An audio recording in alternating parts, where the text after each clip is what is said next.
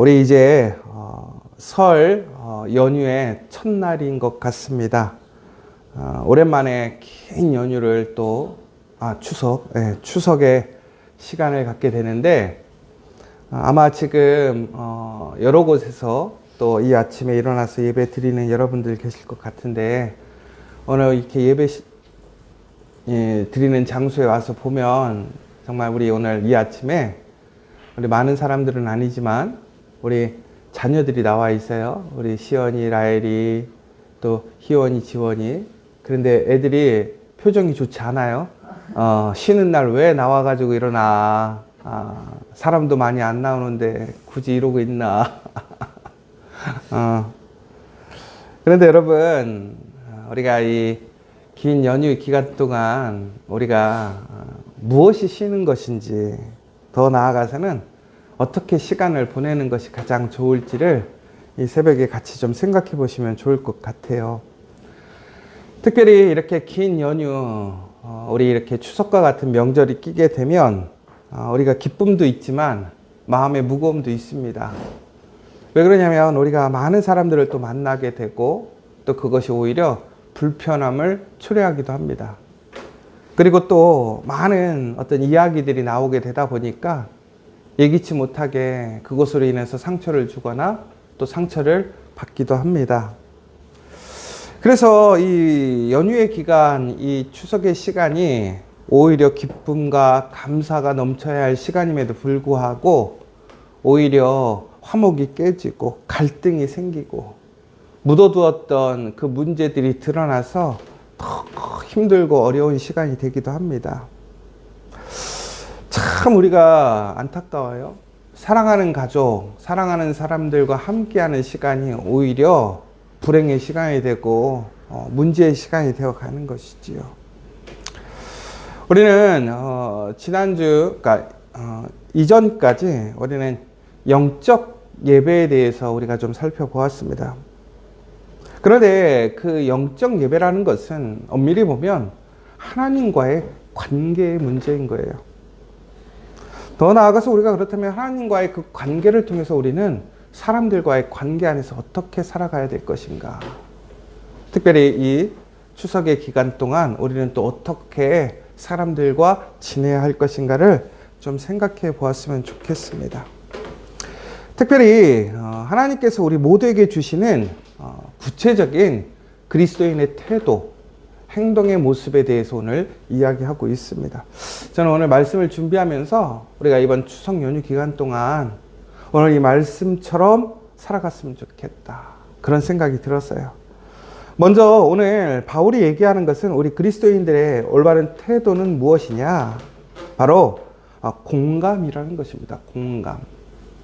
우리 15절의 말씀을 다시 한번 보시면요. 이렇게 되어 있거든요. 즐거워하는 자들과 함께 즐거워하고 우는 자들과 함께 울라. 여러분 이것은 단순히 분위기 맞춰라 라는 게 아니에요. 무슨 얘기냐면 상대방의 마음 깊숙이 들어가서 그 마음을 이해하는, 진정으로 공감하는 사람이 되라는 것입니다. 여러분, 저는 이번 추석에 여러분들이 나의 이야기, 나의 기준이 아니라 상대방의 입장에서 상대방을 바라보고 또한 이해할 수 있는 시간이 되었으면 좋겠습니다. 아마 그렇다면 우리는 아마도 오히려 이것이 부딪히고 갈등이 되는 시간이 아니라 서로가 서로를 이해하고 용납하고 무엇보다 사랑할 수 있는 시간이 될 것 같아요. 특별히 16절에 이 공감의 구체적인 방법을 알려주고 있거든요. 뭐라고 되어 있냐면 서로 마음을 같이 하며 높은 데 마음을 두지 말고 도리어 낮은 데 처하며 스스로 지혜 있는 채 말라라고 되어 있습니다. 이 가장 중요한 건 뭐냐면, 공감에서 가장 중요한 건 뭐냐면 가르치지 말라라는 거예요. 들어주라는 거예요.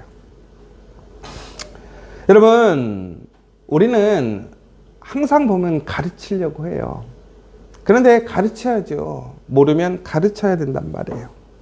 그런데 우리의 이 가르침의 태도가 무슨 문제냐면 항상 내가 너보다 낫다라는 그 기준이 있더라는 것이죠. 그리고 우리는 가끔씩 이럴 때가 있어요. 내 기준, 내 신앙의 연륜을 기준으로 가르치려고 해요. 그러니까 무엇인가를 판단하려고 하는 것이죠.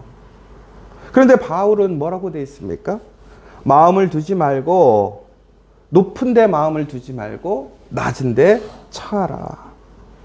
그러니까 여러분, 이번 추석 연휴의 기간 동안 교사가 되지 말고 상담자가 되었으면 좋겠어요. 여러분, 상담자는 무엇인가를 가르치려고 하지 않는다 아니에요. 그런데 그것이 먼저 내게 이야기를 하는 것이 아니라 듣고 이야기를 하는 거란 말이에요. 그러니까 여러분, 이번 추석에 듣는 시간이 되었으면 좋겠어요. 내 가족, 우리의 자녀들, 더 나아가서는 내 옆에 있는 사람들, 만나는 사람들에게 듣는 시간이 되십시오. 아마 그러면 이번 추석 기간 오히려 더 은혜와 사랑으로 회복되어지는 시간이 될 줄 믿습니다. 두 번째는 뭐라고 되어 있냐면 스스로 지혜 있는 채 말고 어떻게 하라고요? 입장을 바꿔보라는 거예요. 여러분, 우리는 항상 내가 기준이에요. 그런데 내가 항상 그 시간을 지나왔음에도 불구하고 오히려 그때를 잊어버리고 지금의 상황에서 지금의 나의 기준, 나의 판단으로 생각할 때가 많아요. 여러분, 이게 참 어려운 거예요. 우리가 잘못된 것에 대해서 우리가 다운그레이드 하라는 게 아니에요. 목표는 정하되 그 목표를 향해 나아가는 그 모습의 태도에 그 사람의 입장에서 어떻게 가야 될 것인가를 상담해 주라는 것이지요. 여러분, 우리가 항상 중요한 것은 내가 무엇인가를 나의 뜻대로, 내가 원하는 방식대로 그 사람들을 껴 맞추는 게 목적이 아니란 말이에요. 우리가 해야 할 일은 하나님께서 그 사람을 고유하게 창조하시고 부르신 목적을 그 사람이 살아갈 수 있도록 세워주는 것이 우리의 역할인 것이지, 우리가 우리의 어떤 블록에 그 부분에 끼워 맞추는 내 손에 쉬운 내가 다루고자 하는 그러한 도구나 이용으로 만들려고 하는 게 아니란 말이에요. 그런데 우리는 가끔씩 우리 자녀들도 그렇고 주변의 사람들도 그렇고 내 손에 쥐고 내가 흔들려고 해요. 그것이 좋은 거고 편한 거라고 생각해요. 아니에요. 오히려 그 사람이 하나님의 거룩한 부르심대로, 목적대로 세워질 수 있는 대로. 그런데 여기서 우리가 가장 조심해야 될 것은 우리 자녀들, 우리 가족들. 왜 그러냐면 항상 우리는 우리의 자녀들 혹은 우리의 가족을 내 거라고 생각해요. 내가 중심이 된단 말이에요. 그런데 하나님께서 어떻게 세우셨는지, 우리 교회, 우리의 성도들 어떻게 세우셨는지, 이것에 포커스를 맞추고 그것을 세워갈 수 있는 시간이 되셨으면 좋겠어요. 두 번째로 우리가 아름다운 그리스도인의 태도가 뭐냐? 선함과 화목이라고 얘기하고 있어요. 17절과 18절의 말씀이거든요. 아무에게도 악을 악으로 갚지 말고 모든 사람 앞에서 선한 일을 도모하라. 할 수 있거든 너희로서는 모든 사람과 더불어 화목하라. 여러분, 우리가 사람들 만나고 이야기하다 보면 결국에는 말이 꼭 시작이 되거든요. 말이 문제란 말이에요. 그런데 그 말이 항상 찔리는 말이 와요. 기분을 상하게 하는 말이 와요. 그럼 우리가 어떻게 하느냐? 그것에 대해서 똑같이 갚아주거든요. 너도 당해봐라. 기분 상하게 하거든요. 그런데 오늘 뭐라고 되어 있냐면 악을 악으로 대하고 동일하게 행동하라고 되어 있지 않습니다. 뭐라고 되어 있어요? 모든 사람 앞에서 선한 일을 도모하라. 여러분, 이 도모하라는 것은 어떤 일이냐면 선한 일을 보이기 위해서 하라는 것이 아니라 모든 상황 속에서 변함없이 일괄되게 선한 태도를 어떻게 하라는 거예요? 유지하라는 거예요. 그러면 여러분, 이것이 참 놀라운 얘기가 뭐냐면 18절에 보면은 할 수 있거든 너희로서는 모든 사람과 더불어 화목하라라고 되어 있어요. 무슨 얘기냐면 이게요. 할 수 있거든이라고 되어 있어요. 그러니까 결국에는 모든 사람과 화목하는 것이 어렵다라는 얘기를 하고 있는 거예요. 그러나 우리가 할 수 있거든. 모든 사람과 더불어 화목해야 한다라는 거예요.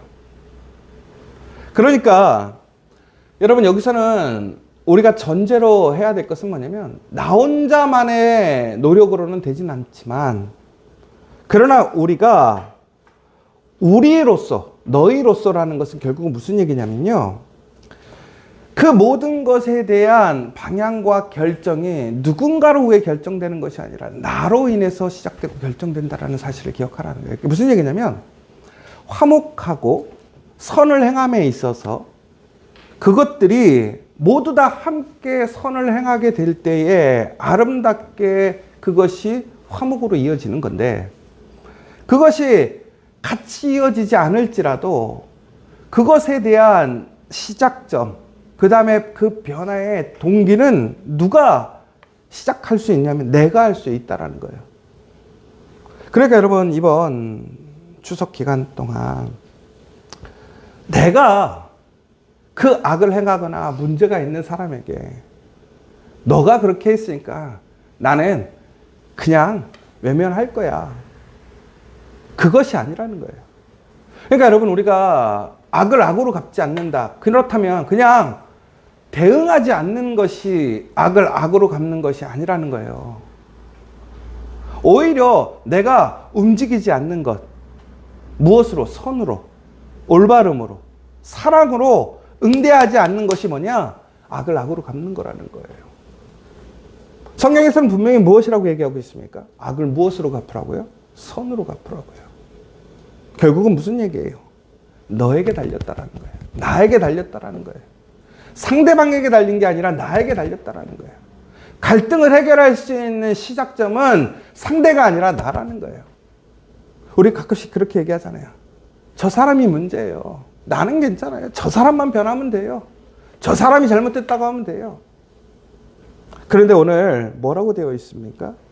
하나님은 결과가 아니라 우리의 태도를 보시더라는 거예요.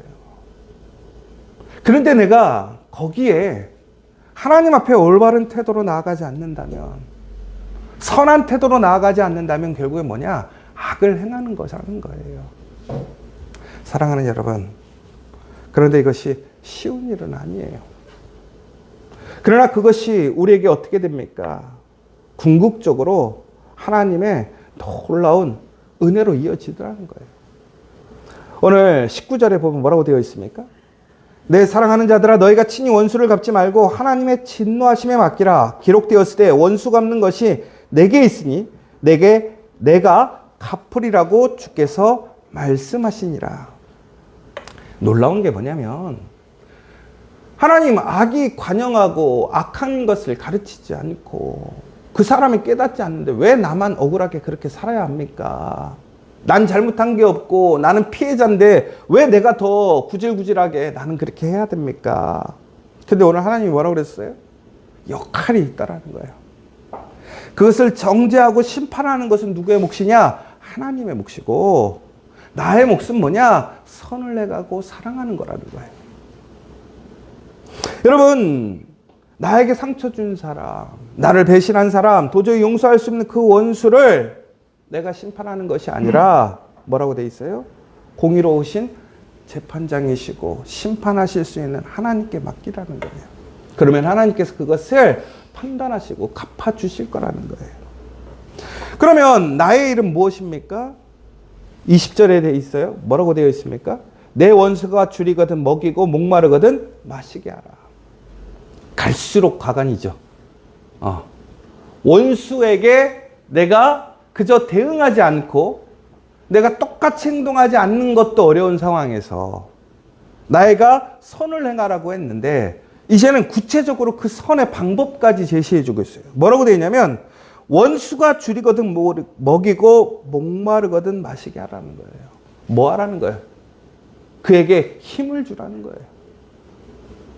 그가 배고프지 않고 목마르지 않게 어떻게 하는 거예요? 나의 것을 나누어 주라는 거예요. 여러분, 이게 참 하나님 이해하기 어렵죠.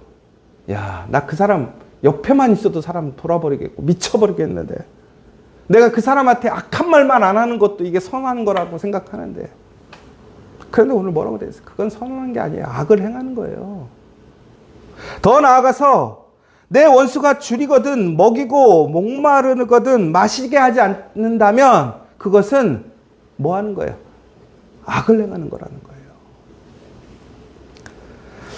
여러분, 이 추석은 우리가 대대적으로 보자면 풍성함을 상징하는 거예요. 이 추석은 우리가 1년 동안 열매를 거둬들이는 시간이란 말이에요. 그런데 여러분, 진정한 풍성함이라는 게 뭐냐 이럴 거예요. 얼마나 내가 가졌느냐가 아니라 얼마나 많이 선으로 사랑으로 나누냐가 결정되더라는 거예요. 여러분, 저는 우리 성도들이 다 풍성해졌으면 좋겠어요. 부족함 없었으면 좋겠어요.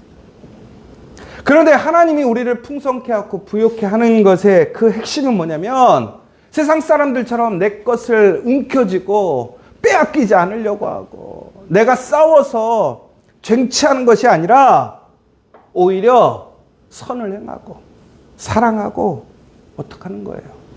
나의 것을 흘려보내고 나누어 줄 때에 여러분, 그것이 어떻게 되는 거예요?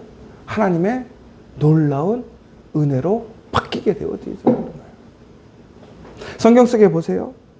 많은 사람들이 자신의 것을 빼앗기고 어려울 때도 남에게 주었던 사람들은 하나님께서 놀랍게도 그들의 양식을 채우시고 그들의 자녀를 세우시고 그의 가정을 회복시키시는 걸 보게 돼요. 그런데 스스로 자신의 자존심과 자신의 유익을 위해 선이 아닌 악에 서 있고 오히려 악에 그저 침묵하고 있는 사람들에게는 어떻게 하셨습니까? 그들이 하나님의 풍성한 은혜를 누렸습니까? 능력을 경험했습니까? 아니에요. 이게 좀 잘못 얘기하면 또 문제가 되긴 하는데, 그 오병이어 기억하시죠? 이 자유주의 신학자들이 오병이어를 이렇게 해석을 했단 말이에요. 이거 절대로 잘못된 해석이에요. 오병이어를 인본적인 그런 해석으로는 이렇게 얘기를 했단 말이에요. 그날 그렇게 많은 사람들이 먹고 12광주리가 남았잖아요. 우리 근데 이 성경에 보면 4,000명이 먹은 사건도 있고 5,000명이 먹은 사건도 있단 말이에요. 그런데 그 사건에서 그것이 이루어졌던 것은 실질적으로 어떤 초자연적인 신비하게 빵이 갑자기 더 생기고 물고기가 계속 생겼더라 이렇게 얘기하는 것이 아니라, 과학적으로 사람들이 그 어린 아이의 그 헌신, 내어줌의 부끄러움으로 스스로 숨겨두었던 음식을 꺼내기 시작했다는 거예요.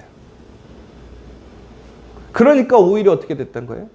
그것들이 다 같이 먹고도 12광주리가 남게끔 되었더라. 그러니까 무슨 얘기냐면 이미 다 충분히 먹고 남은 만큼도 다 있었어요. 그런데 자신들의 먹을 것을 자신을 위해 숨겨두었던 것이죠. 그런데 그 어린아이가 오병이어를 드리는 모습을 보고 부끄러움으로 내어놓기 시작했다라는 거예요. 한 사람이 내어놓으니까 다른 한 사람이 내어놓고 다른 한 사람이 내어놓으니까 결국에는 모든 사람들이 풍성하고 남게 되었더라는 거예요. 이것이 이제 자유주의 신학에서 얘기하는 인본주의 관점이에요. 근데 되게 해석적으로 봤을 때 이해가 되죠? 그런데 결코 그렇게 되지는 않았어요. 근데 저는요, 여기서 이 포인트를 왜 이런 해석을 했을까라는 생각을 좀 해보자는 거예요. 왜 자유주의 신학자들이 인본주의적인 관점에서 왜 이런 해석을 했을까? 결국은 뭐냐면 인간적인 관점에서도 무슨 얘기냐면, 우리가 세상적인 관점에서도 움켜쥐고 나의 것을 주장하고 악을 악으로 갚는 것이 어떻게 해요? 복이 되는 것이 아니라 오히려 선으로 나의 것을 나누어 줄 때 무엇이 된다라는 거예요? 그것이 화목해 되어지고 풍성하게 된다라는 사실을 세상 사람도 아는 거예요. 그런데 하나님이 오늘 무엇이라고 얘기하는 거예요? 바울을 통해서 우리에게 선을 선으로, 그러니까 악을 선으로 갚으라고 얘기를 하는 거잖아요. 그러면 어떻게 하시느냐? 그리함으로 내가 숯불을 그 머리에 쌓아놓으리라. 그럼 여러분, 역시 하나님은 심판하시는 하나님이네. 내가 선을 행하면 악인에게 뭐예요? 머리에 숯불을 얹어 놓아. 라헬아, 네 머리에 숯불을 얹어 놓으면 어떻게 될 것 같아? 큰일 나지. 머리 다 타버릴 거 아니야. 그치? 대머리 되는 거잖아. 그치? 그럼 하나님이 오늘 머리를 태우려고 숯불을 올려놓는다는 얘기일까요? 우리는 또 이거를 우리의 자의적으로 이렇게 해석해요. 하나님이 그래 징계하시는구나. 뜨거운 맛을 보여주시는구나. 그럴 수도 있어요. 그가 정말로 회개치 않고 선을 행하지 않으면 전국에는 그렇게 될 수 있어요. 그런데 오늘 이 이야기는 그 얘기가 아니에요. 하나님이 숯불을 올려놓는다라는 것은 결국은 무슨 얘기냐면 정결케 하시겠다라는 거예요. 이 정결케 한다라는 의미는 뭐냐면 아까 얘기한 대로 우리가 우리의 죄를 없애시는 거거든요. 그래서 우리가 성경에 보면 숯불을 통해서 우리의 입술을 지진다든가 그 숯불을 통해서 우리의 죄를 제거하는 모습들을 보게 돼요. 그럼 무슨 얘기냐? 하나님께서 그 숯불을 통해서 그가 어떻게 된다라는 거예요. 정결케 깨닫게 하시겠다라는 거예요. 그러면 뭡니까? 그가 악을 행하던 자가 어떻게 해요? 깨닫고 회개함으로 선하게 바꾸시겠다라는 거예요. 그러니까 목적은요, 여러분, 우리는 저 사람은 심판받아야 될 사람이 아니라 뭐 할 사람이 돼요? 회복돼야 될 사람이라는 거예요. 그러니까 우리가 선을 행하라는 거예요. 악을. 근데 여러분, 우리는 어떻습니까? 우리 가족에게 대해서 우리는 증오하고 저주하고 있지 않습니까? 우리의 친밀한 형제, 이웃들을 우리는 증오하고 저주하고 있지 않습니까? 더 나아가 우리 공동체 안에 하나님의 거룩한 믿음의 사람들을 우리는 증오하고 저주하고 있지 않습니까? 악으로 대하고 있지 않습니까? 여러분, 오늘 저는 이번 추석의 시간 동안 우리에겐 수많은 영적인 전투가 있을 거예요. 시험이 있을 거고 갈등이 있을 거고 문제가 있을 거예요. 해결하지 못한 묵은 그 응어리가 있을 거예요. 여러분, 이 시간 그것을 해결하는 시간 되었으면 좋겠어요. 단순히 내가 쉬는 시간, 그저 노는 시간이 아니라 오히려 이 시간 통해 내가 그동안 해결하지 못했고 그동안 깨어졌고 그 악에 대해 악으로 대했던 내 태도가 있다면 회개해서 정말로 이제 선을 행하고 하나님께 맡기고, 그래서 전국에는 하나님의 영광을 살리고 하나님께서 살리고자 하는 그 한 생명, 한 영혼, 한 가정, 한 공동체를 일으킬 수 있는 우리 믿음의 성도들, 정말 복받는 풍성한 추석의 연휴의 시간, 명절 되시기를 간절히 축원합니다. 이 시간 우리 함께 기도했으면 좋겠습니다. 여러분, 악에게 지지 마십시오. 선으로 이기십시오. 그리고 화목하십시오. 오늘 우리에게 주신 하나님의 명령이에요. 악을 악으로 갚지 마십시오. 악의 모양은 흉내도 내지 마십시오. 그 악에게 침묵하고 무시하는 것이 선이 아닙니다. 그것은 악을 행하는 겁니다. 여러분, 회개해야 합니다. 바꿔야 합니다. 왜? 그 한 사람마저도 하나님은 살리기를 원하시고 그를 선하게 바꾸실 거니까. 오늘 이 시간 우리가 그것에 의해서 상처받거나 혹은 우리가 갈등하고 고민하는 것이 아니라 오히려 정말 하나님 앞에서 신실하게 사랑으로 믿음으로 나아가서 전국에는 하나님의 놀라운 은혜 안에 참여하고 그 풍성함을 누릴 수 있는 이 시간 될 수 있도록 다시 한번 기도해 주시고, 특별히 우리가 그 모든 악의 말들, 악한 행동들에 선으로 이길 수 있는 용기와 지혜를 달라고 다시 한번 기도했으면 좋겠고, 가르치기보다는 듣게 하시고 판단하기보다는 공감하게 하시며 원수 갚는 것을 주님께 맡기고 우리는 사랑과 선대를 실천하게 해달라고 이 시간 우리 함께 기도하는 시간 되었으면 좋겠습니다. 그리고 또한 이 추석의 명절 기간 동안 오히려 더 외롭고 힘든 우리 이웃들과 지체들이 있습니다.